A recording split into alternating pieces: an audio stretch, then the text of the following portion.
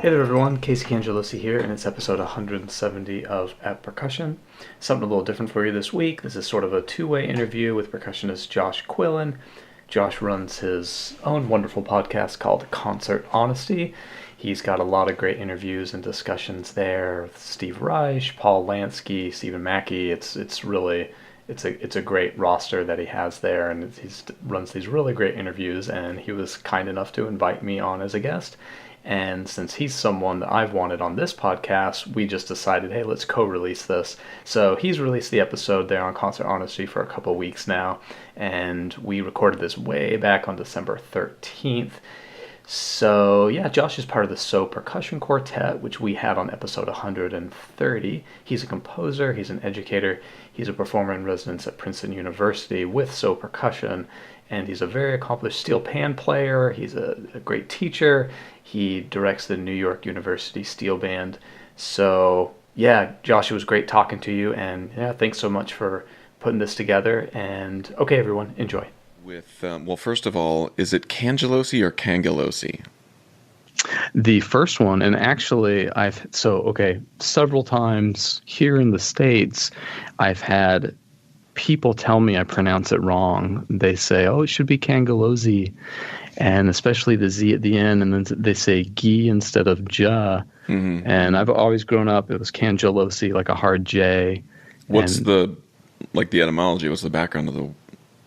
Yeah, so they say, I've been to Italy a couple of times now, and I've asked them, hey, how do you say this last name? Is Cangelosi right? And they say, yeah, that's right. You might say it differently if you were from this one part of Italy, but we're from Sicily, and they say it would be like we say it. So yeah, the first way you said it was right. Okay, all right, good. We in the group, we will, your name comes up a lot. I bring your name up a lot because that's good. I love your trolling of Pius, and we'll get to that. I have a fondness for people who are able to troll in a healthy way. Okay. And anyway, but I always like, yeah, I saw Casey Kanga. Damn it, I don't know, and I'm too afraid to ask. So it's a hard name. It's all right. It's all right. It's not that bad. Right. But Casey Cangelosi, why don't you tell me a little bit about yourself, your background, and sort of, I know you as. I think if I were to list the food pyramid, like what I know of Casey, I would say like crazy fast drum corps hands, like mallet chops for days, super creative composer, using things in weird, unique ways. But like the fast hands are the things that are at the top of my list. And so I'm just curious, like where did you start? Oh, well, thanks a lot. That's really nice. It's went to school like everyone goes to school, and I think the most interesting thing about my background is I went to Utah State University, which is fairly not super known program, of course, but I just had a teacher named Dennis Griffin who we didn't have an established composition program there. And I really like to compose, and he likes to compose. He got his doctoral degree in composition, so it was just kind of a thing he and I did. And although it was just the regular applied percussion lessons, he just really encouraged me. And I feel like if I had gone to a Yale or a Boston Conservatory or a Mannes or something like that, if I had gone to a place with a very well-established performance program as well as composition program, I probably would have had the mindset, knowing my younger self, I would have had the mindset of like, hey, these are separate paths and you kind of have to pick a lane and really go for one. So I'm really grateful I went to just this little Utah State University with this teacher that a lot of y'all haven't heard of. A lot of people say, who is that guy? It's like, man, he's just this really good orchestral timpanist and really encouraging dude. And it was like my teacher since I was a little kid.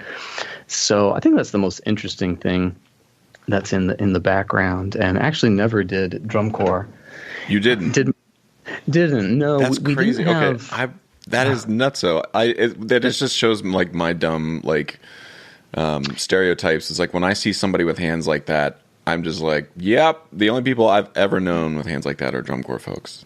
Well, it's common. I mean, people say that all the time. Like I've had people just say, like, "So, what corps did you march?" It's like, actually, I didn't. I just I marched 3 years in college, and that was the first time I had done it. Mm-hmm. And I was just into rudimental snare drum when I was a kid. We just did a lot of it, and I remember like the Mitch Markovich solos, like, trying to actually play Tornado at tempo. Which of course I don't think I ever did, as I don't think many people do. And it was just an interest of mine. When you say as a kid, like what age is this? Well, high school. Okay. All right. Yeah, high school. And, there was like Jay Wanamaker solos, contest solos that I was probably doing in middle school, which I think a lot of people do. Throw or Giga Throw. I'm butchering both, I'm sure. Technica 9, I think, is the right. The one right. solo. I hadn't done those way back then, but yeah. Did you go through like public school education? Uh-huh. Yeah. So was this for like solo and ensemble contests and the whole like wear your band jacket with the medals jingling around sort of thing? Yeah, totally. So Utah Percussive Arts Society is one of the really good ones.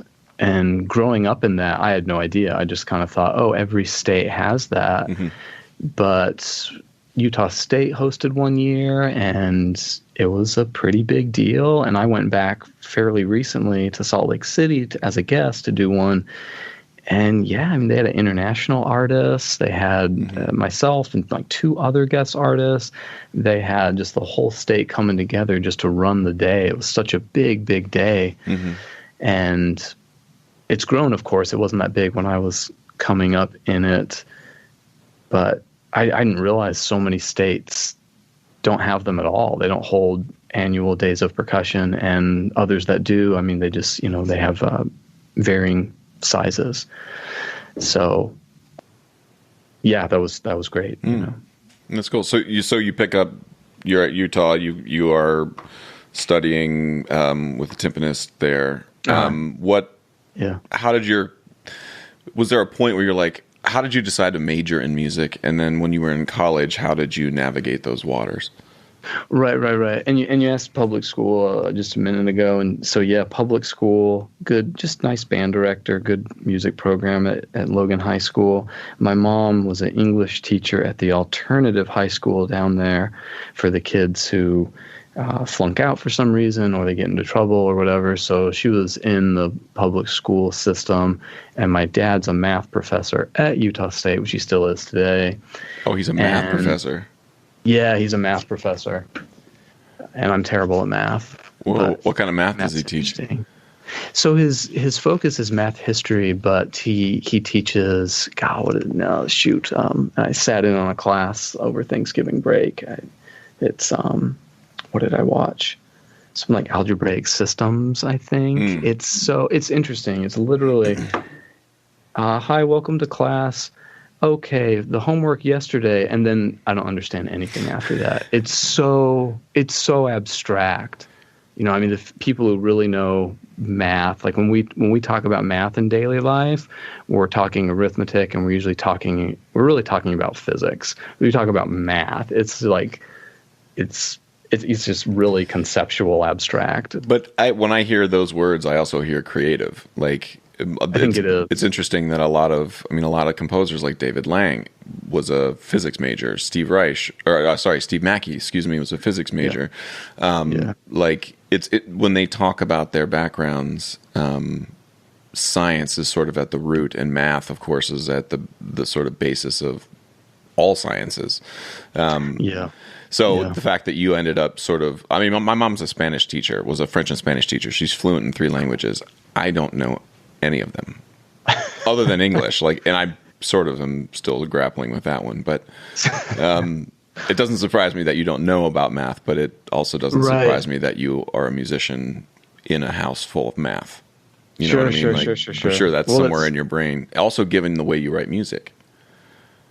Cool. Oh, thanks. I think that's a good credit to your mom and my dad that they didn't try to, didn't make it a point to, I'm going to make sure you know about what I know about, and rather we're just like, go on, There's a part of me I wish a little bit that I had been forced to learn a little bit more Spanish. Living in New York, it would have come in handy a lot.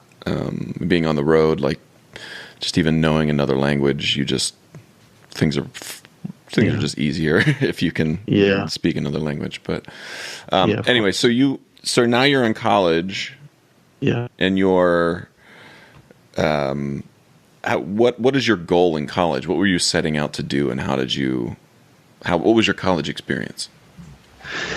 Yeah, I mean, I think it's one of those, what Mark Applebaum said on our podcast forever ago, really, he called it the Taco Bell plan. Mm-hmm. And I've always said the same thing, except I called it the Starbucks plan. But it's just, okay, you really like playing, and you really like writing, and you really like music. You're not exactly sure how to make a living out of it, but you do it enough and you love it enough that even if you finish school and you become a grown-up and you end up working at Taco Bell, that's fine, because you still get to just do what you like, and that doesn't sound like such a bad deal. And that always made sense to me. It's just cool to all these years later see a composer I admire, and I think we all admire, kind of rebrand, repackage that same idea. It's like, yes, thank you.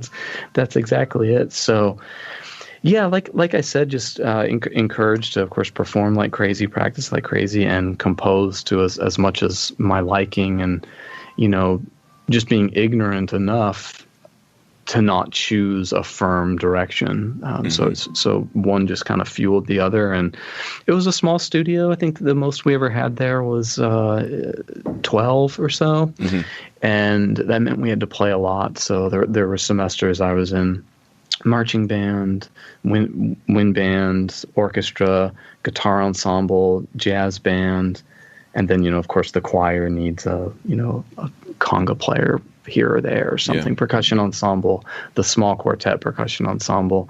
And you just got a chance to play a lot. That's one of the, playing in a choir is how I met my wife. I was playing playing a djembe. So that's, listen, anybody out there looking to, don't ever turn down the hand drumming gig. There are a lot of girls in choir. At the choir, you never know who you're going to meet. But at Yale, in particular, the studio was the most we ever had when I was there was 6. And so we didn't have a marching band, but you're playing at everything. And when I'm talking to students all the time, I kind of tell them, like, your recital, I don't know, this is horrible advice maybe to give on a podcast for yours, but it's like your recital is kind of the least important gig you're going to do ever. Right. It's not for money. Yeah. I mean, you're getting a piece of paper or whatever, and that's important, yes, and it is important to show the sort of culmination of your years, your work, all of that stuff. But if you miss a few notes, like, it's not the end of the world. It's you got to show up on time to gigs, and you got to have like a basic sort of fundamental, and you got to do it a lot. And the only way to get good at it is to do it a lot. Like, don't do one recital, do 50. Right. Like, that's when you know how to play your instrument.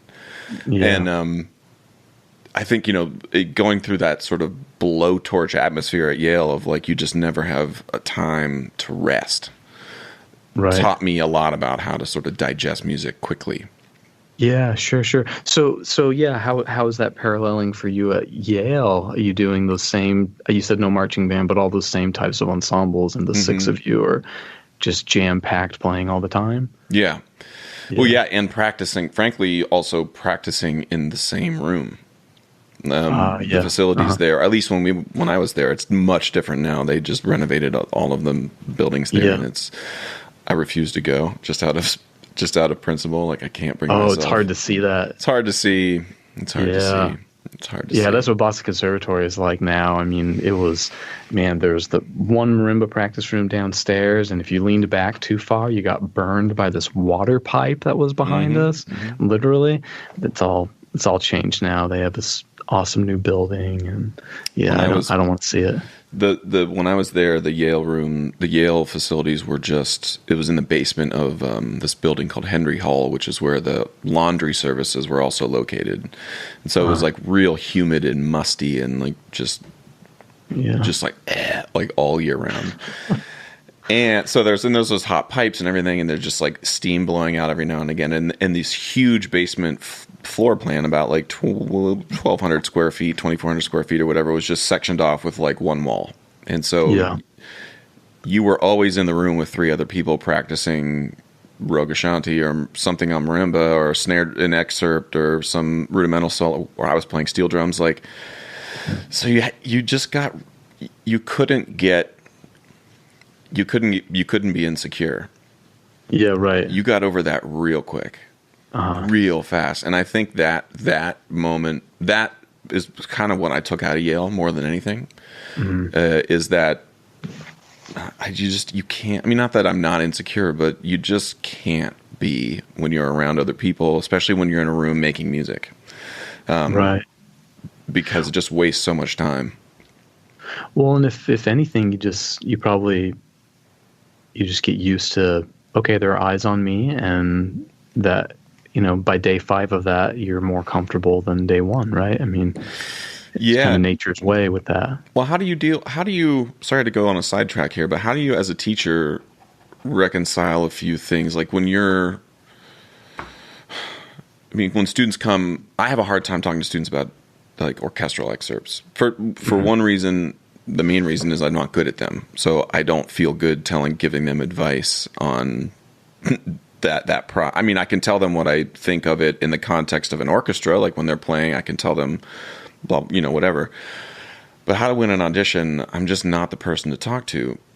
Yeah. For those very reasons I told you, which are that I don't care about mistakes. I don't get excited about out of the context of this ridiculous work of art that is, it's just my mindset. But other folks are pumped about that and they love that process. How do you talk to them about that, and how do you teach them to deal with those mistakes and those sort of insecurities? Yeah, sure. I mean, I definitely do my best to try to be good at the excerpts, which is so hard. And I try to do the Ted Agcat's percussion seminar, teach at that.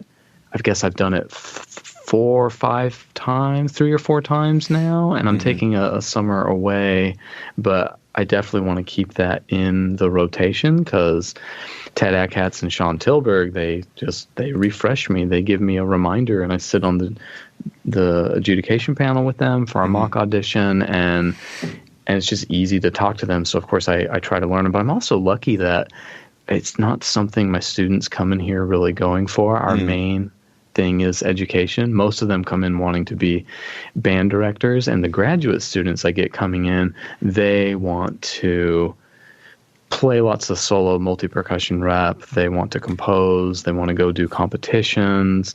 They're sort of, I guess if you had to put a job track on it, I mean, it would be university, collegiate level teaching, I suppose. So it hasn't come up in a way of, hey, I really need to know my excerpts. We gotta make a tape for this very heavy thing. But on the other hand, I sent a few to Ted Agcat's percussion seminar, and we just worked the excerpts as best we could. And one of them got second place, and the other one made it in the finals. So I think we know more than we think. Like you too, like you probably know them a lot more than. I mean, I know you see everything I see. Those guys are so picky and so specific about the list triangle excerpt. Like they go crazy with those two notes and making them so even. And I'm with you. It's like, no, come on. I don't even think they actually care. I think they just are competitive, and they have to be that fussy about them to win. Yeah. So, well, I mean, I listen to a lot of martial arts podcasts just because I'm psyched. I watch like MMA fighting and boxing. And I like boxing. Yeah, I love boxing, and just like listening to them talk about like jiu-jitsu, for example. Like I haven't practiced it I haven't taken a single class, so I know nothing about it. But what I hear from them is that it is like they talk about it the same way Alan Abel talks about, how to play the castanet excerpts and things, and how to where to play on the snare drum for different parts of Scheherazade or whatever. Like, right. So like what I used to feel about when I would go to PASIC and I'd go to like a symphonic Tam Tam Lab or something. Yeah. And be looking around the room going like, what are we doing in here? Yeah. I have a little bit, I think I was just young. Now I understand it in the context of like, yeah, we're all jujitsu practitioners, and some of us work on strangleholds more than others, and some of us do leg locks, and some of us do whatever. Like, it's just a different thing, and it's just something I've never gravitated towards. You know, I came from the steel band world, and that is like as messy as it gets in some respects. I think it's a good idea. I don't know. I mean, I feel like if we want to stay happy, you can't pick a side, because we could make the same discussion about like the marimba world. Right. I mean, you know, try to play, try to play marimba spiritual for Eriko Daimo. I'm sure she's my good friend, and I wouldn't dare have a lesson with her on it. I mean, she would be that picky about it. Would be excerpt level picky, but with a 20-minute piece. Yeah. So I don't know. It's like I keep happy by just, I don't know, staying kind of somewhere in the middle and not going a hard, super hard focus. Well, how are students sort of, if you were to sort of test the waters with a thermometer, how are students handling the current job market that they're about to go into? And I'm asking that out of ignorance, just because I teach a little bit at Princeton, but we're ensemble resident. I don't teach a studio of students like you're teaching. So, right. And I see students at NYU, but only one day a week. What is your spidey senses telling you about how they're handling things? I think they're handling it as well as, because we all have friends who are still doing the grind. They're still auditioning. You know, I just did a mock phone interview for a friend just yesterday, and I think they're handling it as well as our peers, you know, because our peers know, man, it's really competitive, and they know the reality of it. I think our students know that too, but at the same time, they have a realistic sense of it's not as urgent yet. You know, they're a sophomore going through the program. They know there's still plenty of time, and there's plenty of things they can do, and it's try to be realistic with them. Like, hey, as soon as you finish your DMA, you're not going to get the job you want. It's going to be a little piecemeal here, a little bit of that there, and a little bit of this other thing there. And here, look at this person. They've been doing that for a decade.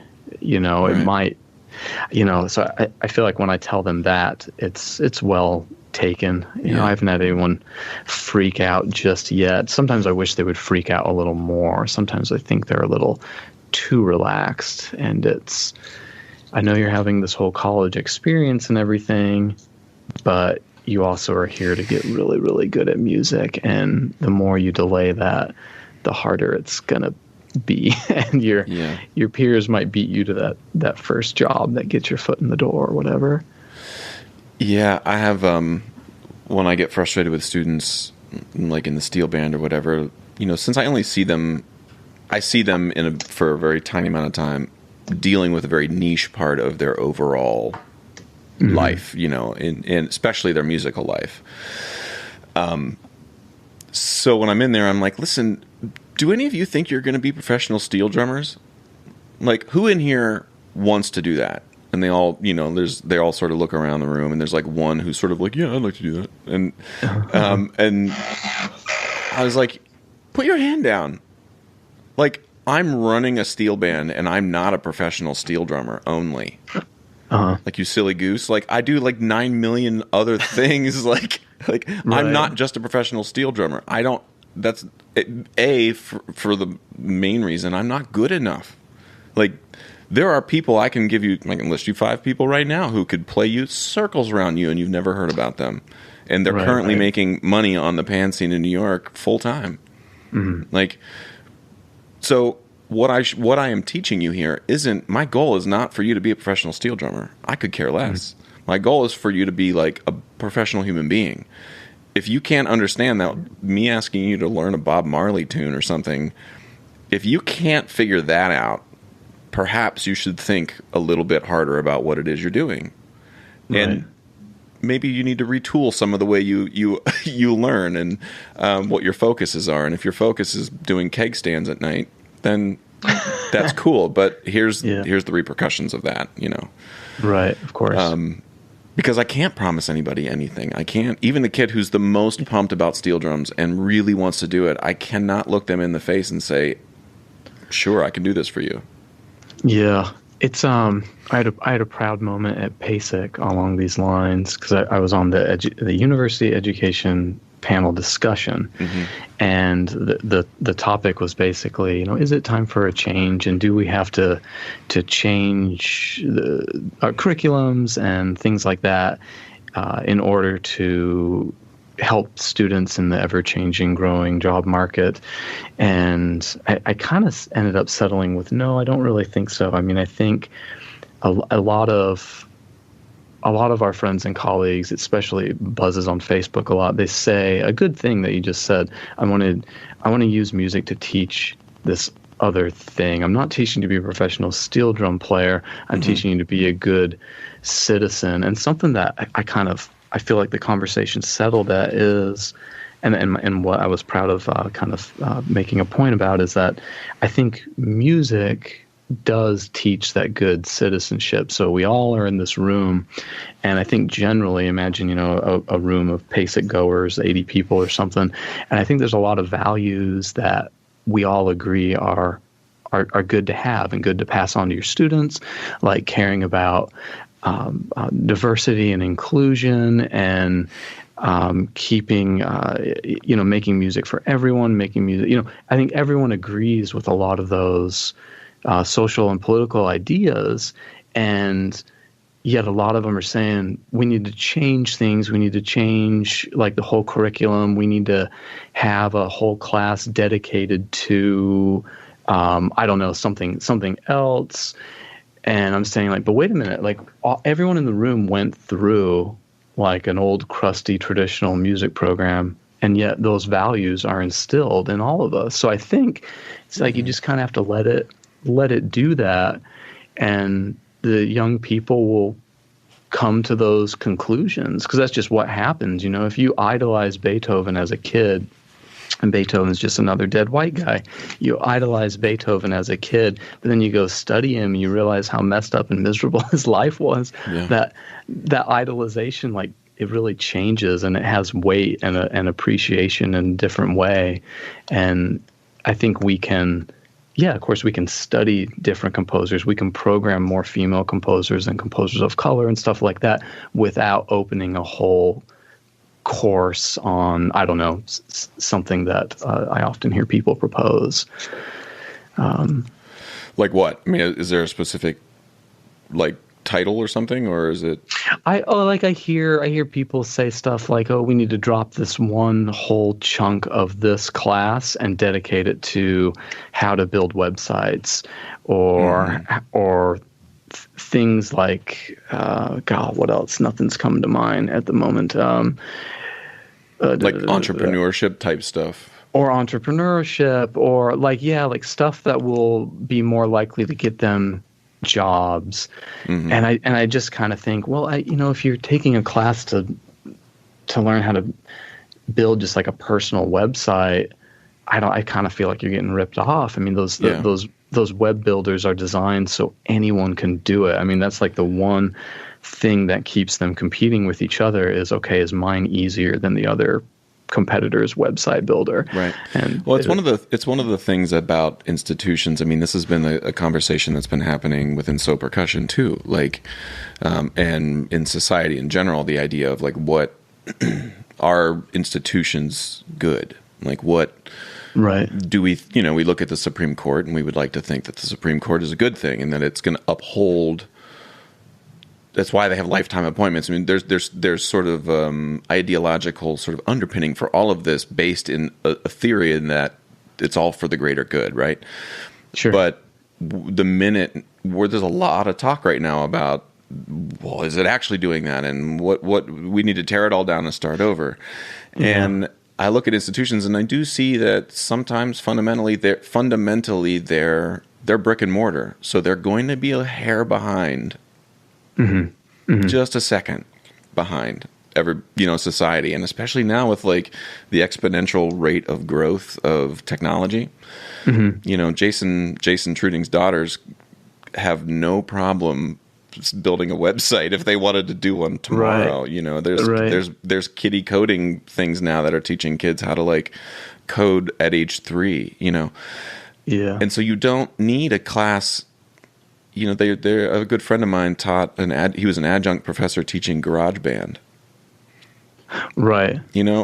That's when I hear when people are talking about like, oh, universities are wasting money. I usually am like, well, hold up a second now. Like, sure, universities is important.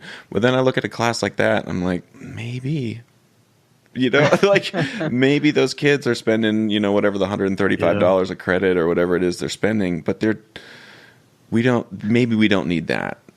Yeah, and of course it depends on how deep you're going to go. If you're going to go really crazy with their projects in GarageBand, I'm not saying it's not valuable. I'm just questioning what you're giving up in place of it. You know what I mean? Because like back to my basic room analogy, like everyone seems to have these like really good life values, and I'm just like, I don't really know how exactly we all came to that.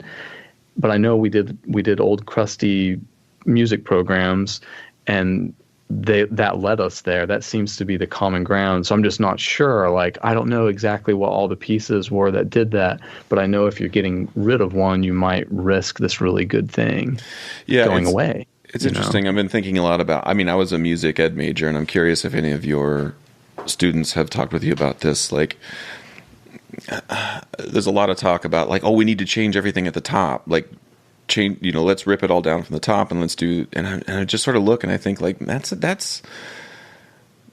like, I mean, that's like saying like you have a car, you just keep taking the hood off and repainting it, but like never dealing with the engine. Like it looks great on the outside, but like where does this all start? What is churning out? What is the sort of thing that's churning out people who participate in the structure? Well, it's elementary schools. It's private, preschools. It's high school band programs. It's all of the things that are being cut right now. And it's all the cultural things that are being cut where students are, where boys and girls at a young age are put together in a co-ed situation to have to deal with each other, doing art and being creative. It's like if we could find $900 billion like we did for the financial crisis and pump it into public schools and beef those programs up, I think the structures then that come 30 years later look drastically differently without destroying everything in the meantime. You know what I mean? And it's crazy. There's opposition to this. Like they say you could save every symphony in the United States with one fighter jet. If we could just take the money and not buy one more fighter jet, we could save all those. Likewise with public school. I mean, it's just crazy that. I don't know. That's a thing we have to explain. We have to explain why that's important, or try to advocate for more money in schools. Like, I just don't get it. It's like, wait, that should be like all we want. Well, and it's like when we talk about there's a lot of talk around diversity and equality, and those are all fights that need to absolutely happen. But they should, where they can start. I feel like where they can start is if your music ed majors are being taught about this stuff to then have a group full of fifth graders who are like at the instrument petting zoo, and when the boys who are big and want to throw things around head towards the tubas and the trombones and the drums, like let's set things up so that you're demonstrating the flute right next to the trombone, and that there's no judgment in the room, and the guy who's demonstrating the flute, because I know a lot of them. Right. It's like that sort of diversity education can be sort of incepted at the at the fifth grade level in a way that requires no effort, none. Right. Yeah, of course. And but it's a long-term investment. You don't see the changes in the structure that you're sort of walking through every day as an aware adult. You don't see those changes, and it's frustrating. You want it to be done quicker. I like that you said long-term investment, because something I think I said just on our last episode is that there's a little quote I like that's perfection is the enemy of good. And these changes really happen over a long period of time. And I think I hear people trying to make big changes real quick, and like one of them might be, we need to do a big block on language use and how to have sensitive language to our students. And again, I don't think that's not valuable. I think it is valuable, but I wonder what we're giving up in place of it. And anyway, so perfection is the enemy of good, I think means if you just like go right for the throat and try to fix it fast and make everything perfect, you may not get anything good even done. You know, it's like you could say the same thing about a political debate. And actually, this is how the quote was introduced to me. But, Republicans are trying to change liberals' opinions. Liberals are trying to change Republicans' opinions. It's not going to happen quick. It's not going to happen over one argument. So we go like really, really hard at each other, and we don't even get anything good done. But if we just don't go for perfect yet, just go for good. You know, just try to get one idea in the air and try to find 8 ideas that you have in common. Yeah, I'd rather have 30 flawed friends than one perfect one, you know? And it's, I mean, this is a good segue into podcasting, because where I feel this is being sort of embraced the most is in the podcasting world, where conversations are happening. And it's why, like, I think my particular format, I really want it to sort of like start with, like, I mean, I think we've been talking now for 40 minutes, and I started with tell me about yourself, and we're talking about Republicans and Democrats hating each other, you know, and that's okay with me. I mean, because we're people, and that's what people, I feel like the art of the conversation is lost, and I'm not good at it. I'm getting better, but it is an interesting sort of muscle in my brain that when I reconnect it and I flex it, I get the same feeling as I do when I go for a run or something, or I do hot yoga. Like, I feel this sort of like great exhaustion at being able to talk to a human being and realize, like, oh yeah, this person's like just as messed up as I am. And you know, it's like when you talk about Beethoven, like learning a little bit of context, and you know, when you talk or Bach, you know, it's like, why do I have to study the guy's counterpoint? Like, who cares? It's like, well. Okay, I get it. Yeah, there are a lot of rules, and it's hard to, like, perfect fifths sound awesome on the guitar, but let's just for a second try not to have parallel fifths rocking everywhere. You know why? Because this guy had, like, 19 kids and had to write, like, a cantata every Sunday. Every Sunday. And you know where the lead sheet comes from? Him. Yeah. You know why? Because he didn't have time to write out every note, so he wrote some bass chords underneath, and they're called figured bass. No. Because he was the Miles Davis of his time, baby. Like, so look him up. Don't complain about him. Look him up. He was a rad dude, you know? Yeah. Totally flawed, but had this weird gift that, you know, he could blow over the changes as well as anybody that you want to talk about. Anyway, whether it pertained to politics or whether it pertained to conversations around how to talk to each other, I just feel it's best done by talking to each other and stumbling around in the dark and learning about it, you know? I think it's hard. Well, you said you're not good at it, but I think you are. And it's hard for some people. It's really uncomfortable. You know, you go to, and you bring a friend over for dinner with your family when you're a kid, and my family will just like really open, and we're arguing and we're discussing things, and it's loud. And man, you know, my friend is like so uncomfortable. So like, this never happens at our dinner table. Our dinner table is like quiet. And how was your day today, son? And nothing controversial or uncomfortable comes up. And I totally agree with you. And I grew up in a house of a lot of conversation and a lot of debate. And I thought it was fun. I thought it was interesting. And so I know, you know, with my wife, Laurel, when I get going, she can get going too, but she's way more, my volume's at 11 and my energy is at 11. I mean, hers is at 4. Stephanie is the same way. Yeah, is that right? Oh yeah. Oh yeah. When you grew up in a house of debate, like, or where there was debate, what kind of debate? I mean, Eric's dad is a philosophy teacher, and so like when I can hear and when Eric is talking through ideas or debating amongst, in a meeting or something, I can hear him being a philosopher. I can hear his dad making him sort of prove his point as a kid at the dinner table, And I'm so curious for you, like what kind of conversations were going on around where you had to sort of defend a position or Yeah, sure. Geez, I mean, it could be anything from a lot of my parents bringing home work talk. So they were both in the secondary ed department at Utah State for a time, or my dad has a student teaching a math course at the high school that my mom's also at, so she would come observe. And I don't know, the instructing teacher did something they weren't supposed to, or the student did something they weren't supposed to. So now we're at a dinner table debate about what should have been done and how to proceed. And it's not that they're fighting, they're debating. A lot of people, they don't know that distinction. Like they don't know what a discussion is, a debate is, and a fight is. So they hear debating and they think, oh, these people are in a fight. It's like, no, they're like perfectly happy and they're perfectly calm. It just sounds, they're just passionate, I guess. What's the difference between a discussion and a debate? Oh, geez. I guess I think a discussion, you don't have a goal.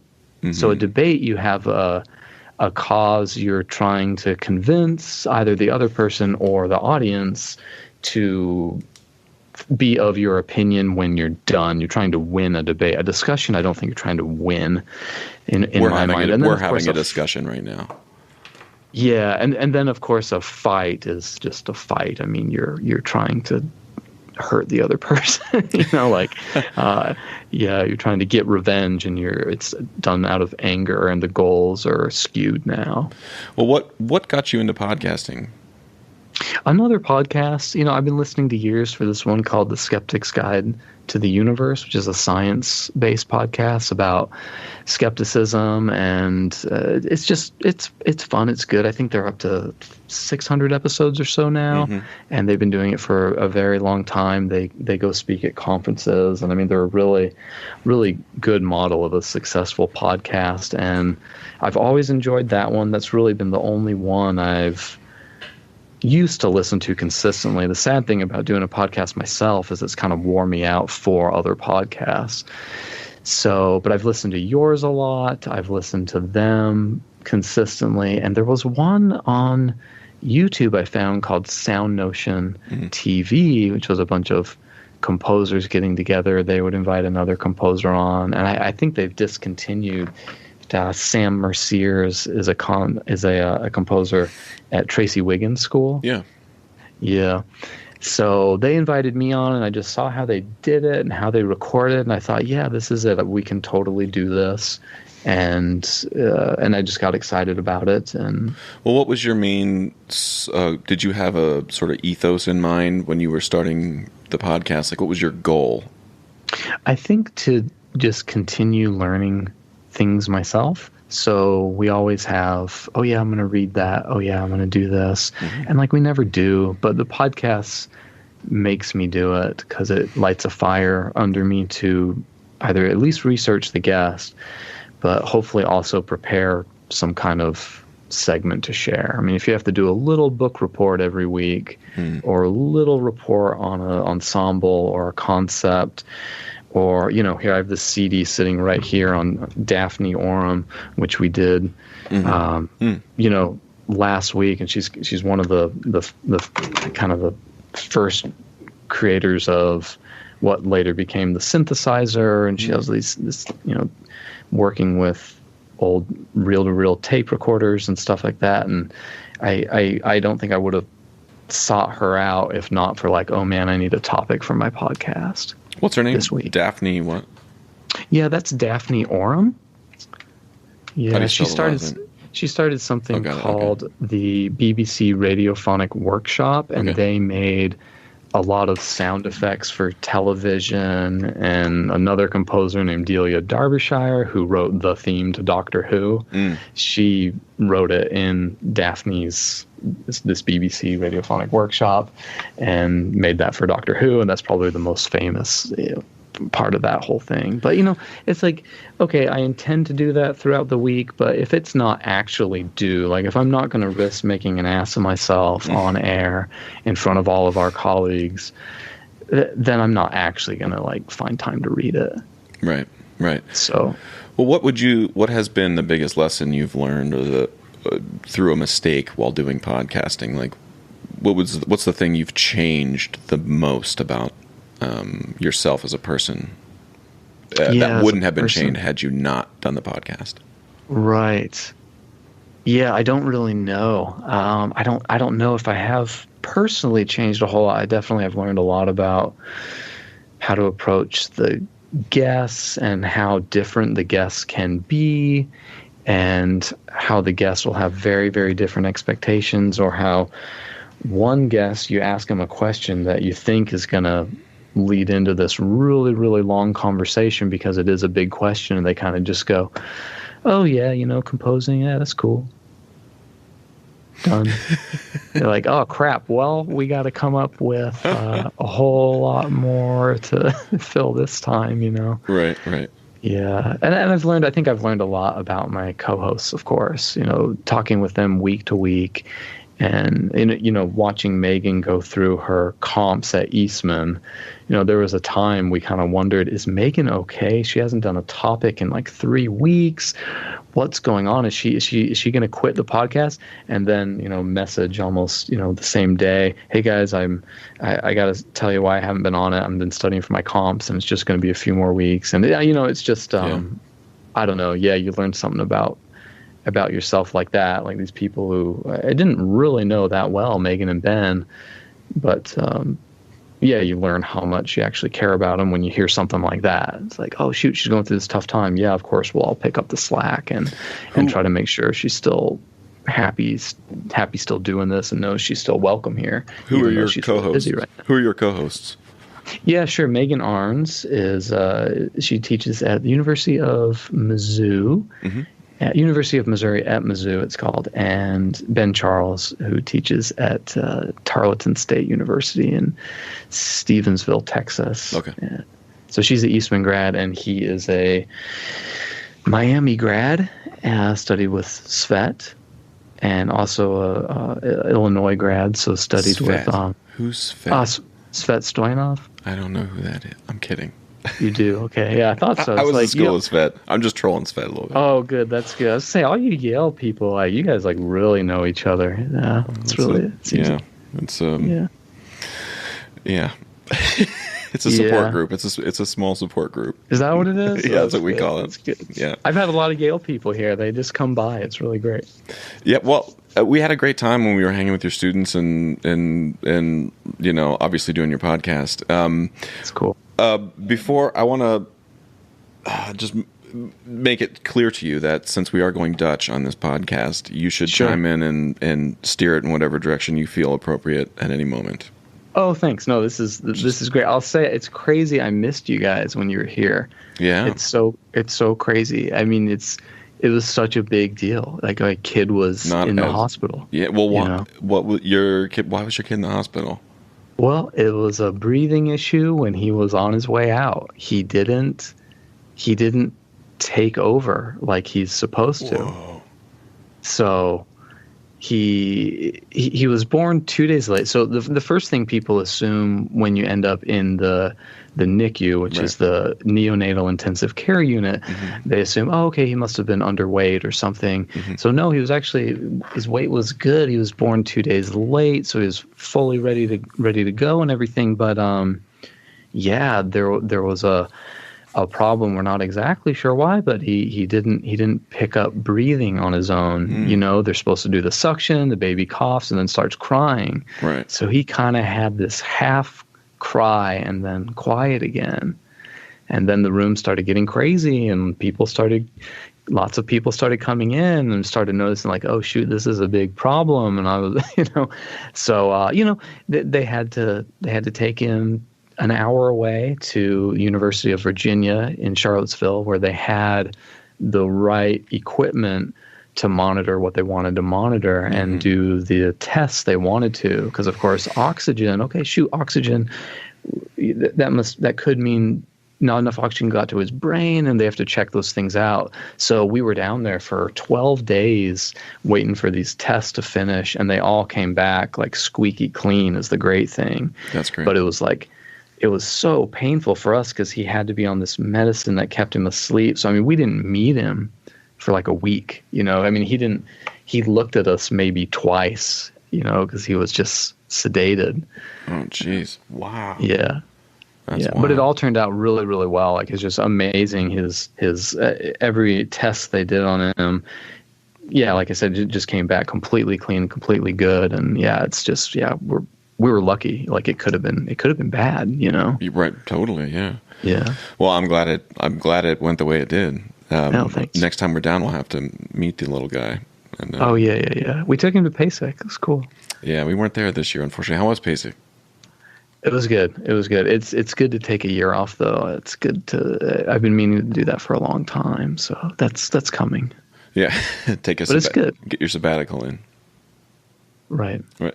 So, tell me a little bit about your life as a composer. What got you into composing, and what got you into composing?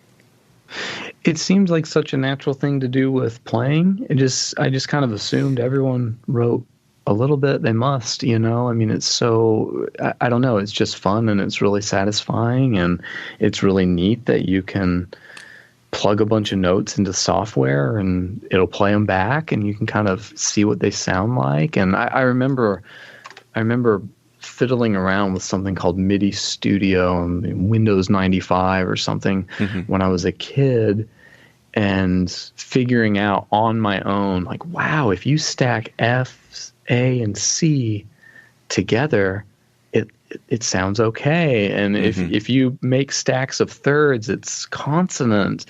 Like, it's really neat to discover that on your own when you're a kid. Like, you think you found this great treasure or this great secret. You don't want to tell anybody about it. Right. Like, no, I'm sure nobody knows about this. And like, look what I found out. But it is really interesting when you do figure out that, and it feels like it's yours, even if you're totally ignorant because you're only 9 years old or whatever. Right. It's much more it's much more impactful. But I don't know. I just kind of kept doing it, and I think a really good helpful thing for me was I got acquainted with the software early, and I got a job as the TA for the electronic music class, which was basically manuscripting using Finale. So I knew Finale really, really well, and that was a big help because a lot of people have ideas, but they can't get them down on paper because they can't transcribe their thoughts, or they can't transcribe their playing, either by patience or they don't know how to do it. Or they can't get it to that next step off to some legible format where they can hand it to someone and share it. Right. So I was lucky to have that advantage. And I remember my teacher saying, I'm not crazy about this piece, but it's really cool you even got it down on paper. That's not easy to do. How did you take it? that sort of odd backhanded compliment? I think at the time, just fine. You know, I mean, I think when you know your teacher, you know that you're like, well, I don't like this one, but hey, that's okay. That's what happens. And yeah, well, it was kind of half and half. It was like, I think this piece is terrible, but it looks great. Right. Yeah. There you go. Yeah. 1 out of 2 ain't bad. I'll take it. Right. This is no good, but I'm impressed you were able to get it accurately down on paper. So yeah, but that has been just a huge advantage that I think I've taken for granted until recently, because I've tried to watch students go through the same thing, trying to get their music out there, and it's really tough. And now, of course, Laurel and I run our own, just self-publishing thing from home, and yeah, that's way key. But I think going through school always had a score. Always had a score from the library just to browse around through and to try to learn from. And because I mean, I had big dreams of writing big symphonic works, and I never did, but they taught me a lot trying to do that. Did you study with anybody? Not officially, no, not composition. And have you thought about taking lessons just to see, like, I've written a tiny amount of music, but I do mainly like text writing, monologues and narrative stuff. Cool. And handing it to somebody else, like, I think it's great, but handing it to somebody else, the guy that I work with a lot on that stuff, his name's Ain Gordon, and he's a playwright, and it's terrifying, and he's really nice. I know. You've had him on your podcast, yes, right? Yes. Yeah, okay. I know that name from something. That must be it. He's really nice about it. And Jason Truding talks about a similar experience because he gave his first early manuscripts to Steve Mackey and David Lang, and was like, please don't judge me. Am I even scratching in the right direction here? And, but anyway, I mean, your music, I found your music really interesting, and I think it, some of it, the mallet stuff, I don't gravitate towards the mallet stuff just because I'm a terrible mallet player. And as soon as I see something of that level, it's like, sure. I don't know. It's like when you see somebody ice skating at, like, you're doing a luge. I'm like, no, I'm not going to go sledding today. Like, well, thanks. That's super nice. But your use of, like, the analog metronomes that have the dingy bell and, like, those sorts of things. Like, where does your instinct to find those types of sounds come from? It's hard to know, of course, and I probably just defer to people who are smarter than myself. I know I heard George R.R. Martin. Not that I'm trying to compare myself to him, but he answered that question. Where does inspiration come from?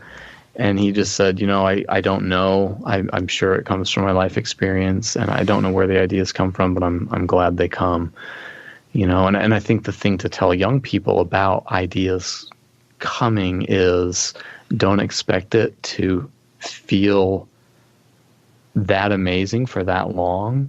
It might, but for me, it rarely does. You get an idea, it's this neat little spark, and then it goes away, and then the rest of it is kind of a grind, getting it done. I think a lot of young people stop writing, or they don't follow through with writing because it's been so romanticized. They think it should be this montage of, like, it's just flowing out of you, and the pages are flying and the ink is flying, and you just can't write it down fast enough. And if it's not happening that way, they're not inspired. But I try to think of composition a lot more like we think of practice. Like, you need to practice composing. Performance doesn't always feel good. There are times you just have to be in the room and practice the stuff that's not fun, and composing is the same way. What's your process look like? A big ugly sketchbook, very, very messy, and I think I have 3 of them kind of running right now. There's one here in my office. There's one in my backpack, like what I travel with, and then there's one somewhere at home. And so sometimes it's just like a picture of kind of the setting and the plan, maybe with like a measure written out or something.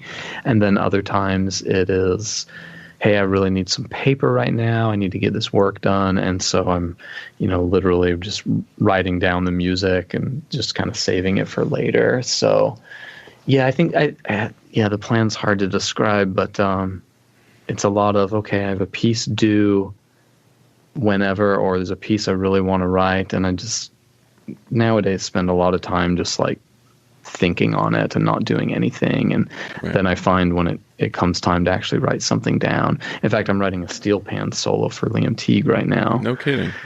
Yeah, and that's so hard. I don't know. Why is it hard? Because I don't know pan. I don't know pan at all. But first of all, you are in good hands with Liam Teague, so I know. you could give him your worst, and you will walk out of there being carried on the shoulders of everybody in that room because he is so good. I know, and that's what everyone has said. Like, well, it doesn't matter what you write; he'll be able to play it. Like, but I'm not worried about him being able to play it. I know he'll be able to play it. I'm worried about it being like good enough for him. Well, what's your hang up? I mean, what's so funny to me that you even say that is like you. Okay, so I'm going to qualify this a little bit. I don't know you that well, so right, and I've never seen you play in the flesh.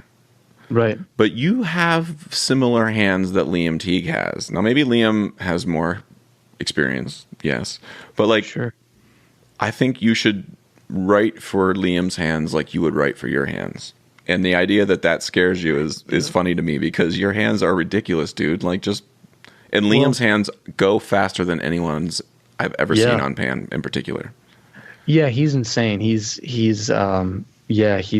above human. I mean, it's just wonderful, and he's a gorgeous player. I mean, it's just Liam Teague listeners, go listen. But and it should be really easy for me because he wants a piece that's really virtuosic, but that's just not what I don't know. It's not what I have available right now for some reason in my head. So I have two movements for him.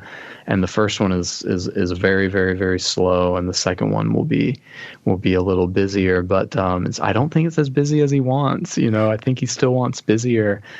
So it's tough. And it took me so long to start. But just thinking about it long enough and imagining it long enough, eventually stuff starts to kind of crystallize. What stuff of Liam's did you listen to get to prepare for writing for him? He sent me some links, and let's see. I know that, God, what did he send me? He has a concerto performance with a symphony, and I've seen him play in person a couple of times, and the concerto is the only thing I can name right now. Mm-hmm. There's a piece. But there's a lot, right? He has an album with Robert Chappell, who teaches at NIU as well. And I don't know what the name of the album is called, but there's a track called Honeybee, I think. It's a real slow, just very contemplative, very beautiful, like not exactly what you think of when you think of like, was it Visit to Hell or whatever, that real fast. Do you know that piece of his? A Visit to Hell. It's a pan solo that he wrote. That's just like insanely fast, but very in really. You should check it out. I think it'll pique your interest. I think it's called A Visit to Hell, and he has a bunch of other. I think he self-publishes, and I could be wrong. I don't know actually, but have you thought about stealing from yourself? Yeah, and I mean, I guess I certainly do. Yeah, you're right. A Visit to Hell. That's what it's called. He does Paganini variations, like Moto Perpetuo, I think. It's like 2.5 minutes long, and it's insanity. Yeah. Okay. No, that's good. I do need to look at more. That will help. I mean, yeah, I guess, of course, you're always kind of stealing from yourself, right? Well, I mean, what's interesting, I used to feel bad about this, and with like tech stuff too, like I feel like I'm plagiarizing myself. Like if I've used it in something else, then it's done. Like I can't repurpose it. And David Lang, the so-called Laws of Nature, the first movement, the woodblock movement, all that material up through the first, it's like the core material, it's like the first 227 bars or whatever, is the very first 227 bar, is the entire piece of the cello part to Little Eye off of another album of his. Except the only difference is it's like 1/4 the tempo. So the woodblock movement is dun but the cello solo is also 7 pitches. David didn't even change the pitches. He just I think he might have changed the pitches a little bit, but he just took that exact same music, 7 pitches, and put it on 7 woodblocks, and had us play it like 7 times faster. And so the cello part is really gorgeous. It's like he also then took that and stole a snippet of that and used it on an arrangement of Heroine by Lou Reed, with Theo Bleckman singing and Maya Beiser playing cello. So like, all I'm saying is find if it's like David Lang runs out of ideas too. He just goes back and looks at his awesome ideas and then crumples them up and then looks at it again to see what it looks like, you know. Right. And if he's if he does it's a good thought, you know. And the last movement of the concerto that he wrote for us, Man Made, is in a really tricked out arrangement of this piece called Sweet Air off of I think it might be off of Child. Don't quote me on that, but anyway, it's just steal from yourself is all I'm saying. If you got to hang up right now, like, or you just don't have an idea, go back to like day one when you were super cocky, Casey. And that's really good thoughts. I like your example, the stealing from yourself, because it's a good example of that old saying, like, I don't borrow, I steal, which I know Stravinsky said, but I think someone else said it first, like an author said it first or something. But anyway, I don't borrow, I steal. And the distinction there is if you borrow it, people can still tell it's who you borrowed it from. But if you steal it, it's now yours. It's like you've made it different enough that it's yours. And it sounds like the David Lang example. Yeah. It's like, it's his old material, but he's changed it enough to where it's distinctly... you know, the new piece that's stolen it. I'm psyched to hear what you write for him, man. That's awesome. When does it due? Oh, thanks. It's almost done. I really have to just polish off the last movement, but I think we said January, but he should have it before that. You should just write him a little codetta, like at the very end, just a third movement, like a 2.1, movement 2.1, and it's 29 seconds of the most insane pan playing. Like, give him a tempo, dog. Give him, throw at him 29 seconds that you definitely are like, there's no way. Because that dude will figure out a way, and I think those 29 seconds will be well worth everyone's time. I think the stressful part for me is like I have the idea, but it's a lot of, you know, I just can't wrap my mind around pan very well, and I've got his pan layout like on my desktop, and I open it up and I look at it, and I'm thinking about, you know, the way you would do multi-percussion or marimba. You maybe have, you know, this four-lit happening here, and if you wanted to put another polyrhythm underneath it, and it's just hard when you've never, well, not that I've never played pan, but his layout is a little different than most lead pans. Right. Yeah.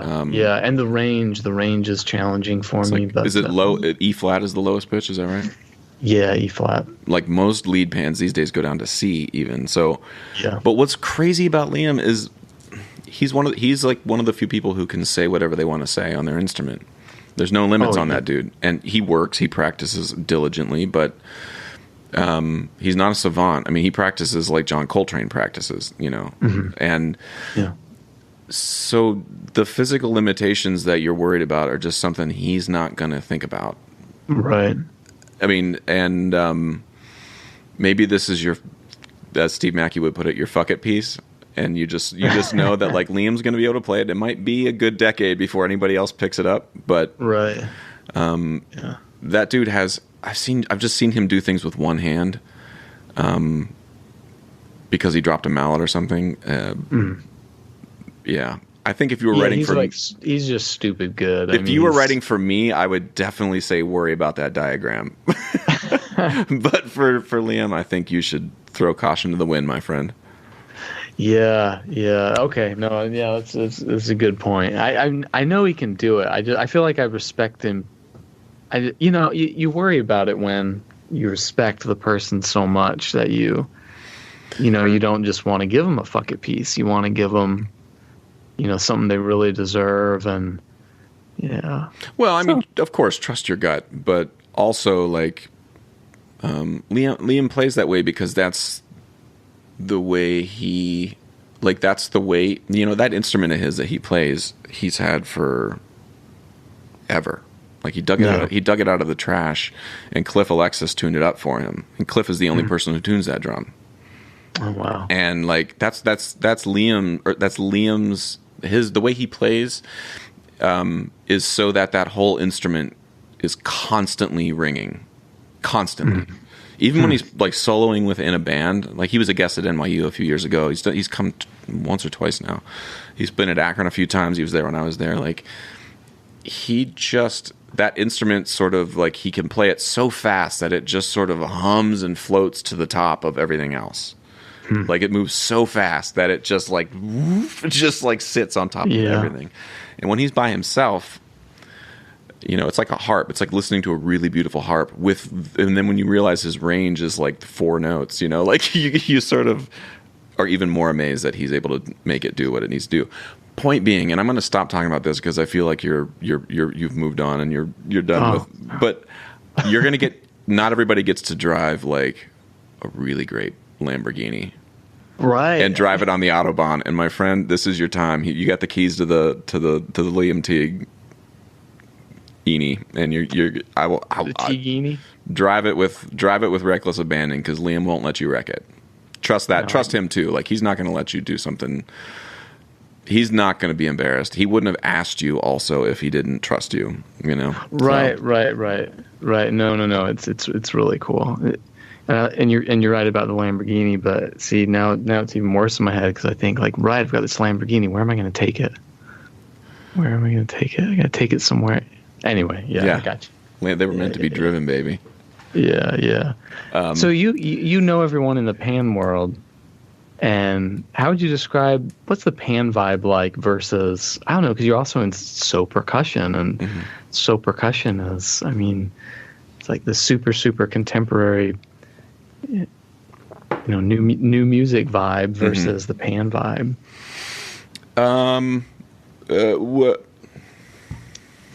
What's the specific question? I mean, is the vibe different?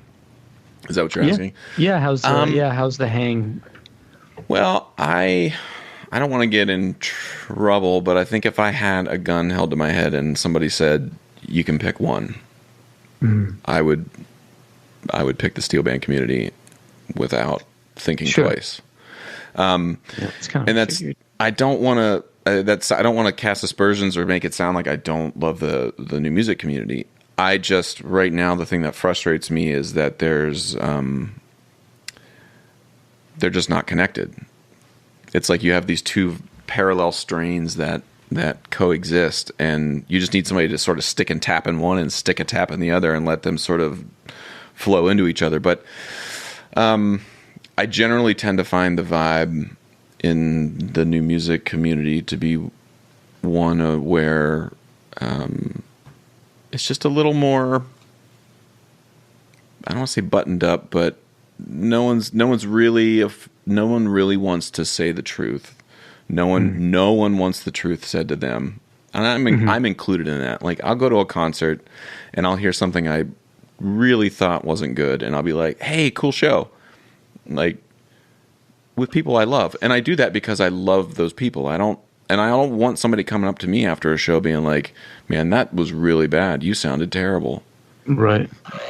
Because I'm going to go on Facebook that night anyway and so tell everybody. So, like, I don't need somebody to come and tell me that, Yeah. But I find it also a slightly less complicated arena in the sense that, like, the steel band world, everything is, there's a lot of politics. There's a lot of street cred you have to earn to get certain access to people, to bands. There are some bands in Trinidad that you cannot walk into if you're white. Right. Without a chaperone, without somebody that knows you. There are some bands you can't walk into unless you've been in that neighborhood your entire life. And it doesn't matter if you're from Trinidad, you can't go in that yard if you didn't grow up there, Mm-hmm. The way the sort of systems within the big bands, the way they're managed, the way they're run, the hierarchical sort of, like, there's a band captain, there's a band manager, there's section leaders, there's the arranger, then there's the driller, which is what I do with the big band, with the big panorama bands that primarily Kendall Williams, who was a student of mine at NYU. He's an arranger, and he comes in and teaches all of his music. It's like if you were teaching your snare drum solo with the metronome or whatever. If you were just going to come in and not you didn't have any music. You were just going to be like, okay, do this, and now when I point, do this, and now, Right. well, now let's go back and do those two things 400 times, and then I'm going to give you the third note. Yeah. That's what Kendall does. And then what I do is but he doesn't rehearse the band. His job isn't to make the band sound good. His job is to give the music. My job as the driller is to sort of be like the not even a conductor, really. It's like a dramaturg. Like, I've been told what the piece is supposed to be, and my job is to make it as close to what the composer wants it to be. You've talked about Kendall on your podcast before. Yeah. Okay. And I just did one with him and this other arranger, Mark Brooks, who he co-arranges with and a third guy, Odie Franklin, who wasn't on the podcast, but they sort of, as a trio, co-arrange for big steel bands. And that, like, as somebody who collaborates with other composers within like, just the four of us we all write a bit, and it's like that process is messy as shit. Like, I can't imagine writing a 10-minute panorama tune and then having to get it within the hands of 130 people all by rote and having to co-write it without sheet music in front of you. Right. None of them have it written down for the most part. They're all just sort of shooting notes to each other and talking about where this is headed, and so they sort of co-teach that.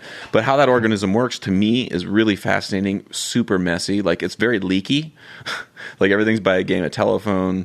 There's like, the system is always seeping, but it never collapses because the system relies on the people to be as direct and clear with you as they can be. And it's very tribal in the good way, in the sense that when I went to Trinidad the first time, I was in a band called Phase 2 Pan Groove.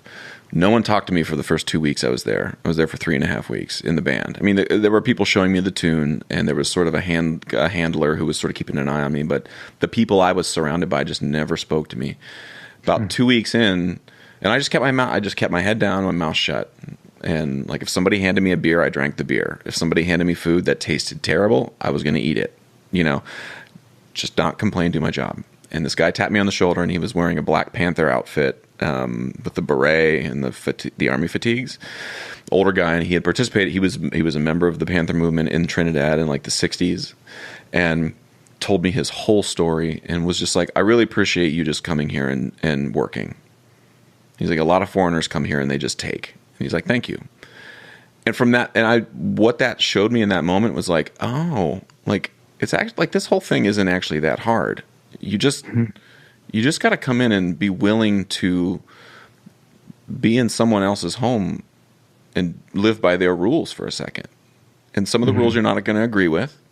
I mean, there were moments in those pan-yards where I felt sort of like, that is insane that just happened. There's no way that's the way that's going to go. Right. But not my house, not my rules. Right. Things move slower than I want them to move. Those systems are complicated, and it takes a lot of people involved to sort of make decisions, and it's really messy, but people are working them out. And I don't know. There's something about that, the way people talk to each other, there are very clear role, I don't want to say roles in terms of gender or anything, but everybody knows what their place is in the band. And no one gripes about. I mean, there's nobody. You do your job. You're part of the flock, and everybody prays at the end of the night. Not everybody there is Christian. I know that for a fact, but everybody prays. And there's something about it. Somebody different leads every night, leads the sort of benediction or whatever, and like, just because I'm Lutheran, and I feel okay about that. I'm aware that somebody, the new music community sometimes has a tendency to be a little bit like, no one would ever pray after a concert or a rehearsal, ever. Yeah, right. And I understand why. Like, I get it. Like, because you want to feel sensitive to people's beliefs, and you want everybody to feel like you're not pushing them in one direction or another. But I can't explain it. I never have felt like I'm being pushed to believe a certain belief system after a rehearsal in Trinidad or in Brooklyn or whatever. Like, it just doesn't feel that way. And there's something about the intent in which it's delivered. is clear to me that like, oh, I can, she's Jewish. I know she's Jewish, but she is right now holding hands with somebody and saying the Lord's Prayer after a rehearsal. Yeah. Because she feels like these are just sounds I'm making with my mouth, and it's for the greater good because everybody here is more important to hold hands with everybody. Like, yeah, I've talked a lot now, but it's like I'm really passionate about that, and that's why I said I would totally choose the steel band community because I like I said in the beginning, I would rather have 130 slightly flawed friends than one or two super perfect ones who never mess up. Yeah, that's great. Yeah, well said. I mean, not to go down a whole religion tangent now, but growing up in Utah, everyone, my friends, and everyone's school was just majority Mormon, and we're not. But it was never a problem. I mean, I feel like if you're secure in what you think, yeah, of course you can hold hands and say, participate in this thing. That's no problem. Yeah, it's never a problem for me either. Yeah. Well, and it's like this kind of, I grew up in public schools where you said the Pledge of Allegiance, and under God is in the pledge, and again, like all these conversations, I think it's important that we have them. I don't think that we should make any assumptions about what should or shouldn't be done, especially in publicly funded places like schools and government buildings and things like that, where that gets messy. And I understand why people can get animated about that and why we want to talk about that stuff. But I think it's also important to talk about the idea that there's a lot of people, myself included, who my wife's a Lutheran pastor. I was raised Catholic. They're certainly going through their troubles right now in the Catholic Church, but I'm basically practicing Lutheran. I'm not ashamed about that. I have no problem going into a Muslim house and doing whatever it is they want to do. If I need to lay down on a prayer mat and kneel and do that, that's fine. I don't care. Like, and maybe people think I'm crazy, but I just think it's important for that part of the conversation to be in there too. Like, there's a lot of us who are like, listen, I believe this other thing super strongly, but I'm totally fine to do this other thing because it means, See, and this is one of those topics, like fast forward to an hour ago, talking about, I don't think we need to do a module in class about religious sensitivity. I think we just need to learn music and we'll all be open-hearted and open-minded. That seems to be what it does. Because, the opinion you just shared, again, I think generally artists and musicians, we can generally do that. It's like digging into a craft and an art like that and learning about all the walks of life that all these composers and performers have had. It teaches you that. Yeah, and I think in particular, to even drill down more specifically, and I think this is where a lot of the conversation where I think we as artists lose the conversation is when the main selling point is something that's not, you can't put your finger on, like art. Well, what does art do? Like, well, and then you just hear radio silence. It's like, well, we know art's important for a million reasons, but it is hard to put your finger on it. But for me, where going into a community where I was the only white person taught me more about diversity than any online course I've had to take for something. Do I know everything there is? No, not even close. Am I great at? Do I harbor thoughts about people based on the color of their skin? Sure, I do. I'm a human being.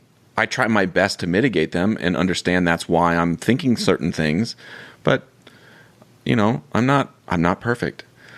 But being in that room and realizing, like, oh my God, nobody here knows what my local pizza shop was like in Ohio.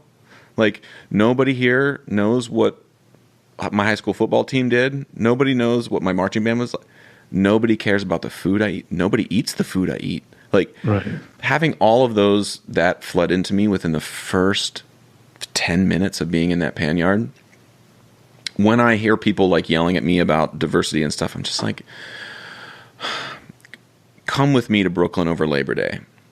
Yeah. And this isn't going to fix everything. You're not going to learn it all, but just come and understand that, like, yeah, those same people that are all gathered around saying a prayer together, even though a few of them are Jewish, some of them are Muslim, some of them are agnostic, some of them don't believe anything, some are the atheists. Like, there's a lot of Indian, like Hindu, like, but they're all holding hands, right? And they're all taking care of each other, which is sort of the tenet and the foundation of all of their religions and their sort of belief system as a human being and their belief system as a steel band. Yeah. So I am not ever going to judge that or try to shut that down. And so I feel like other people would shut other people down a lot less and understand everybody a lot more if people could participate in these sort of complicated ecosystems where you're a minority or or where people are saying things that you don't understand the slang. You don't understand the intention of that word. That word means something different in Trinidad than it does in Ohio. You know what I mean? Right. And anyway, sorry, that was a long rant. No, it's good. It's you're absolutely right. But one final thing before we wrap up. I know you said this is usually past your bedtime, so I want to let you. Oh, it's fine though. No, I'm good. If you have any other questions, please feel free to ask. But I want to know about your rivalry with Pius. So I know Pius. I only know Pius. I met him first at Yale. Actually, we auditioned at the same year. Oh, he didn't get in. He did not get in. And That's right. That's right. Yeah, and I think it was appropriate that he didn't get in. Could he not do a buzz roll? Was it that? Well, here's the thing. He played, Casey, I'm not going to lie to you. He played better than me. And not even close. Not even close. A close second was I to Pius Chang. So you're better than him, though. You got in. Well, I think that's on the record. I think I'm just better than him. That's what I mean. You're as a person and as when you look at the whole thing, the whole package. Well, and as a musician, it's debatable. This is great. Well, you got in, he didn't. So right, and that's the metric upon which all things should be judged. I believe he might be a little salty about this because I've never heard this story. So well, here's how it went. I walk into Yale University with my Hinger two-tone, the shell that comes apart, with the head that was on it that my teacher, who I love and would take a bullet for, Larry Snyder, probably put on in 1983, hadn't been changed, and I'm in there getting ready, warming up on Scheherazade and playing my Merlin and rocking a little bit of the Raban's B because why play A? That's way too hard. and my timpani pieces I had were the first 4 Hochreiner etudes out of Volume 1. I'm warming up and I'm realizing that I am in a room with people I should not be in a room with. And Pius was one of those people because he was over there doing his thing, shredding like a beast. And that's also where I met Jamie Dietz, who played a bunch with Pius at Curtis. And so, anyway, Pius goes in, he absolutely wows the judges, and then I go in and play steel drums, and that's why I'm convinced that steel drums are the only reason I'm alive and am married at all. I think I went in there and dazzled them with the only thing I could actually play, which was steel drums. And Bob maybe felt bad for me or something. But Pius disappeared, but I heard about him a ton through Jamie because he was super good friends with Jamie. Yeah. And then fast forward now, all of a sudden Pius pops up on my Facebook feed, and you are just trolling the shit out of him. And aren't I better at it than him? Like, he doesn't. Well, that's how most troll. Yeah. Yes. You are definitely. Well, he's not a troll. He tries to. He attempts. I mean, he instigates much more than I do, I think. Why would you? Okay. Well, how do you know Pius? We went to school together, Boston Conservatory. So we're the same age. Also his wife, Erica, we were all at school together. Mm-hmm. And they were just starting to date. And geez, we, of course, you bump into each other just studying together so much. But there was this one Christmas break when they locked up the building. Mm-hmm. And it was really tough for me because it was the first time in my life where I'd, gone more than a day without practicing. And I think when you're really addicted to that, it's you feel like you're going through withdrawal or whatever. But I remember it snowed really hard and the buildings were locked down, and Pius and Erico just had me over every night, and just we made dinner and hung out, and just that's when we really got to know each other well. But yeah, that's really it. He was doing his last year of his master's when I started my first, and then he was hanging around in Boston for a year after, and that's it. When did the trolling begin? It's pretty recent. I don't know why that. Who's patient zero for the trolling? Oh, that's a good question. I think it started back at PASIC. I was on a panel discussion, or he was, and one of us sent a picture of something to trying to make the other one laugh. And of course, why are either of us looking at our phone on a panel discussion? Shouldn't be doing that anyway. But I don't know. I think it began there, and I think also like we've all kind of learned how much to use Facebook and how much serious stuff to put on there, and how many baby picture videos to put on there, and then how much joking. And it seems like that's all kind of the part of the same, part of your, I guess, social media presence, and why some people like to pay attention. Some people, you can tell they're like all advertisement, and they're all sell, and they like tag you in things that have nothing to do with you and stuff. And you're like, dude, come on. I mean, I know that some of this is business, but yeah, my amount is not that much business. So anyway, I feel like, I don't know, it kind of just developed the way those types of things develop too. Well, I feel like you and Pius and me and Todd sort of at the same time started becoming all of a sudden really aggressive towards each other. Not, towards each other, but it was like the same time period. And I was sort of being, every time I would see you launch something at Pius, launch something at Pius or vice versa, I would feel like, all right, time to chime in on Todd. And I would immediately do something. Todd. Yeah. Well, I don't know about you and Todd. Well, I think, you guys have, because you all have dragged me into it. So, it's fun when you drag other people into your own fights, too. Like, I've dragged Ted Aghatz and Sean Tilburg into it. And we need to do, I feel like Todd struck gold with the Liquid Drum Fast Hands Challenge last year. Oh, yeah. And I was a little disappointed that there wasn't anything really this year. And I don't know what it is. And I feel like you're a creative dude and you do a lot of video content. Something. We need to do a little something that people can look forward to and really put on their calendars to be like, yeah, we can get some buzz going on it, Get something going there. It's got to be something that it's pitched as potentially serious, but nobody in their right mind will actually take it serious, like Todd's thing. Yeah. Because it's funny, once that got going, I remember, hashtag Fast Hands Challenge has something new has shown up. Oh, what is it? Oh, it's someone like actually doing the challenge. What the hell is this? Where's something, where's something funny? Yeah. Well, Todd asked me I think he did it once, and then he's just like, hey, can you do this? And I just blew it out of the water, like. After the first submission, it was like, okay, this is going nowhere fast. Yeah. No, I was really proud. My proudest Pius tooling moment in that whole thing was that little picture I inserted of his fake Facebook comment with 0 likes, and I don't really get the joke here, but I want you guys to think I'm cool, so I'm going to participate. Yeah.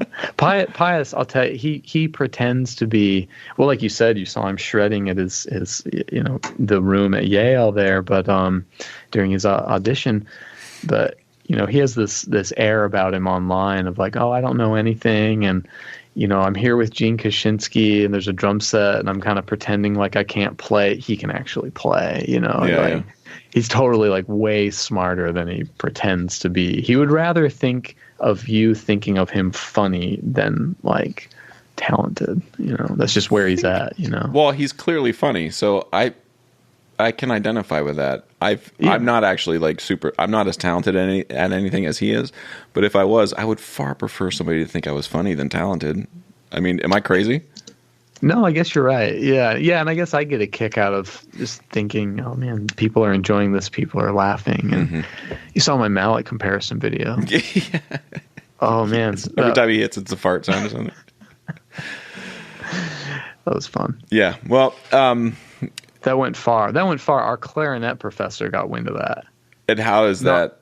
Not from me. I don't know. He said a friend of his said, "Hey, you have to watch this. Your colleague made something really funny," and he started watching it and thought, "Wait, I don't want to watch this like an actual mallet comparison video." And then he said he just loved it. Does stuff like this help your recruiting? And like, does it ever sort of on the Venn diagram of your life? Does it ever overlap with your university life in a way that's like, oh man, people are paying attention? I think it's overwhelmingly been positive. I feel like, I don't know, because for you, when you're gonna, and this is back to that balance of like how much professional and how much whatever, but I've definitely posted thoughts that haven't got me in trouble or anything. I had one colleague just stop me in the hall and like perfectly nice and had like a perfectly reasonable point and said like, oh hey, I read your little post about this thing that happened in your class, and yeah, sorry to hear that, and yeah, I hope that doesn't make it look like things are bad at the school or something, I think they're really good. And I was like, yeah, shoot, you're totally right, because if that was like the only thing you saw, you would think that. But I don't know, I also think you have to be honest about things so that when you do display the complimentary stuff, it has a certain legitimacy to it, and it's not just advertisement, you know. Yeah. So I think it's positive, and I'm sure there are plenty of people that look at it and say like, man, that dude should be way more professional. Yeah, I know it's social media, but they should be more professional about, what they're representing and what stands behind them on this. But I don't know. I just disagree. I think students want to see the real you. Mm-hmm.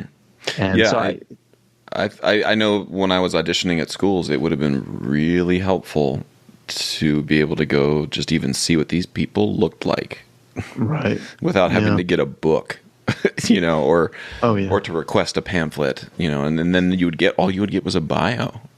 Like you didn't. There were no performance videos. Like you couldn't go on YouTube. Like I gotta think, despite all the bad things, despite all the stuff that is causing tension or any sort of dissonance in the world right now, the other things are pretty good. Like those access to information has got, some kid in the middle of the Congo right now has a cell phone, and with that cell phone can access percussion videos. Now, he's definitely not, to be clear. Sure. Probably not accessing percussion videos, but that was not the case 20 years ago, and that's got to be in some way, a good thing. There's a sort of opportunity is seeping into places where it didn't before because of technology and things. But your teacher spoke really well about that on our last 2 episodes ago, which should come out in a week, I guess. But which teacher? Bob Vince talked real good about, I think, the good thing about all this technology and all this quick information, but also the price we pay for it. Yeah, we're paying a price. I don't know what it is yet, and I think the main symptom of whatever it is we're sick of right now, or sick with, is, at least I believe, is our inability to talk with each other. Yeah, sure. We used to, when we had disagreements about what you would sit in your yard and talk with your neighbor, even if they had a Trump sign in their yard, you would stand there and talk with them because you couldn't go online and troll them. You just didn't do that.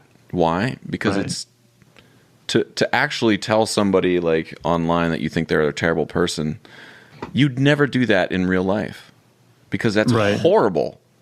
That's a horrible thing to do to somebody who all they did was vote for one thing, or they do whatever. Like, that's just not the way human beings have evolved to work. Now, my fear is that evolution is a sort of runaway train, and are we sort of in the transitional process right now? We don't often think of ourselves as in progress, going somewhere. Right. We often think of like, I'm the final product.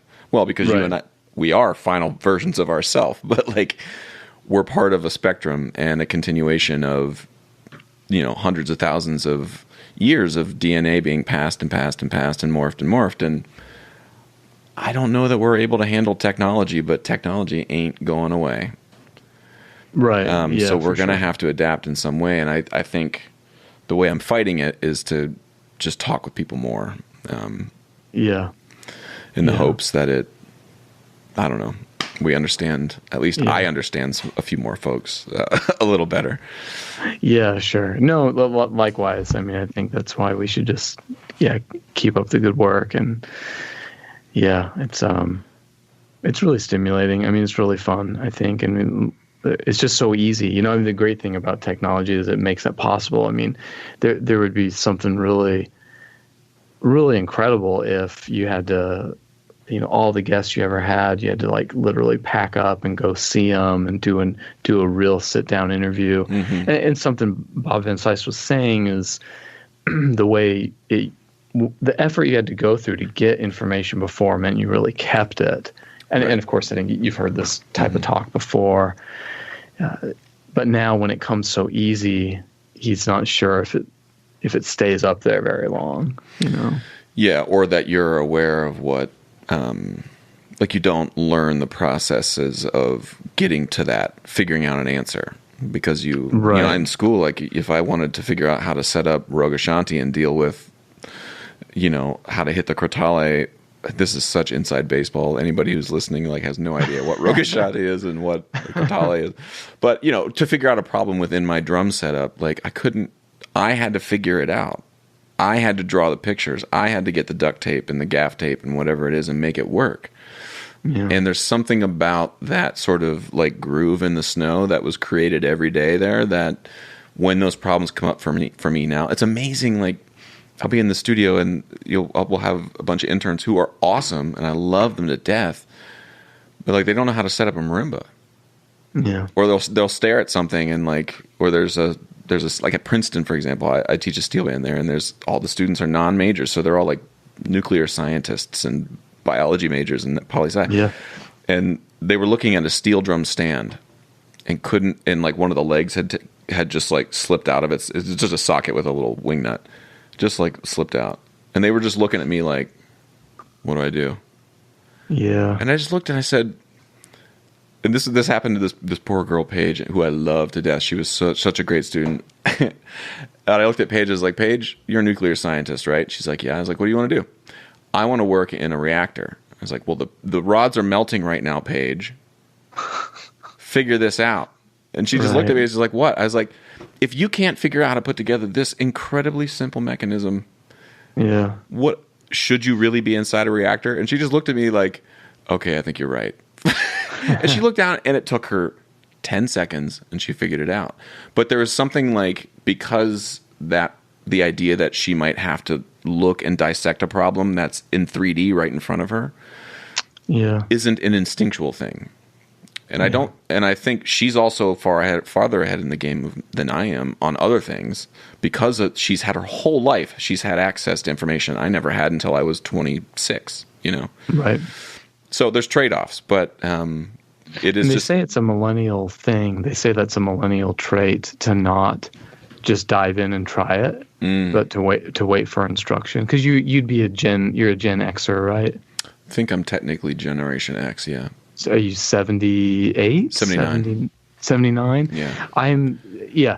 So I'm 82, which by some of them they'd call me like a really, really old millennial. Yeah. But others would say it's what's Y?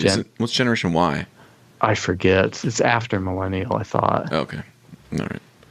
Yeah, because baby boomer, Gen X, I think, and then millennial. But anyway, they talk about exactly that. It's a millennial thing. They're so used to so much instruction, and they're so used to, I think, just like overwhelming amounts of information that they also don't trust every source. Like all of people email me these really simple questions that they could just Google, but they want to hear it from like the source they know has the right answer, which I guess is perfectly reasonable. But a lot of times it's a really basic question. It's like, man, you could totally just Google that.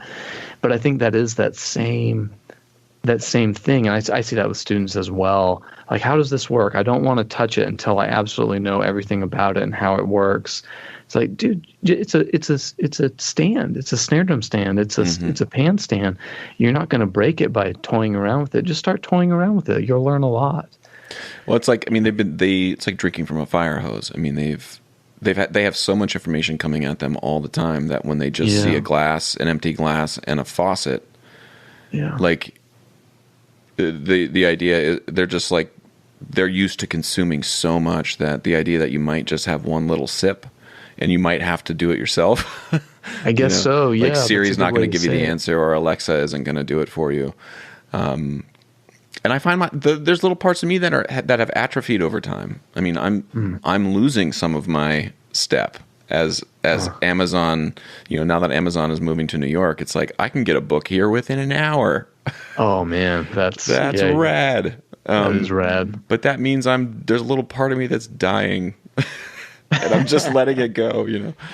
But well, hey man, we're almost to 2 hours, and cool. Is there anything else that you want to cover or chat through, or before we wrap up? No, this works really great for my show. This was really what I was hoping to do, is just have a talk. So that's really great. I mean, yeah, Josh Quillen. I mean, there's so much more we could go into your career and Percussion, and there's so much we could say. But I have a feeling a lot of my viewers know. And but this is great with me. I mean, we just have a good conversation. Well, I really enjoyed it, and I've wanted to get to know you better ever since you sort of came onto the scene and through your video content and just your playing, and concert honesty, truth. Just I'm gonna permission to speak freely. I judged you because you had crazy fast hands, and I thought you were in a drum corps or came from the drum corps world, and I made a lot of terrible assumptions, and I'm owning that because I'm a terrible person too, like sometimes. But I set a goal to be like, I can't have that. I can't just believe that. That's not true. Your music, every time you would post something, I'd be like, damn it, I really like that. Shit. And then or there'd be a student that would come to Soci and they're like, who do you study with? Oh, I study with Casey Cangelosi. You're really nice and you're really good the student's really good. Like, it's clear it's clear he's really good at what he does. Damn it. Okay. So I'm really glad we talked. And I would say that for my podcast, I'm trying to have repeat guests, meaning we can just come together, and if you got a piece you're releasing, we can talk about it. Cool. I think it is impossible for anybody to get to know anybody in 2 hours, and if we talk for 30 minutes and we don't have anything to talk about, great, we'll hang it up and we'll do it again some other time. So that sounds great. Anytime you want to chat, let me know. Otherwise, we'll touch base again real soon. Awesome. Likewise. Yeah, I would totally do it again. We'll totally do joint release again. It's really fun. It'd also be fun. It'd be fun to get you in our rotation as a co-host if you're ever interested. I would absolutely love that. And with Skype being as easy as it is now and the audio quality being so good, we should do a 4-way with me, Todd, you, and Pius. Oh yeah, okay. Pius won't be able to keep up, but we can try. That's fine. We should all have like one little glass of whiskey, and the podcast is done. Yeah. When the whiskey's done, That sounds great. Yeah, that'd be really fun. Be lovely. All right, man. Yeah. Thanks for chatting, and we will talk again soon.